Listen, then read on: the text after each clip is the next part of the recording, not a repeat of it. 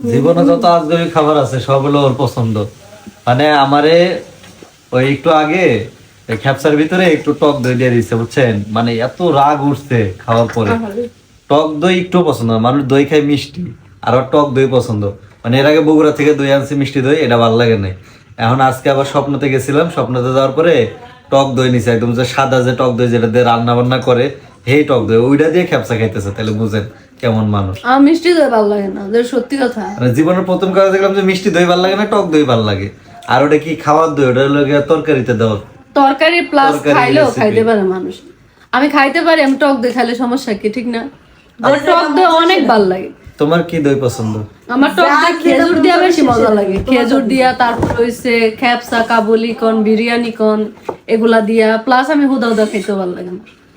কিন্তু মিষ্টি দই আমি অল্প একটু খাইলে আমার রুচি ফিরা যায় একদম। আর এই যে মাঝে মাঝে অথেন্টিক একটা রিভিউ দেয় না, ওটা হচ্ছে মানে মজা, ওইটা আমি রিভিউ দিই, তবে যা আমার পছন্দ তা কিন্তু না। আমার টক দই ভালো লাগে।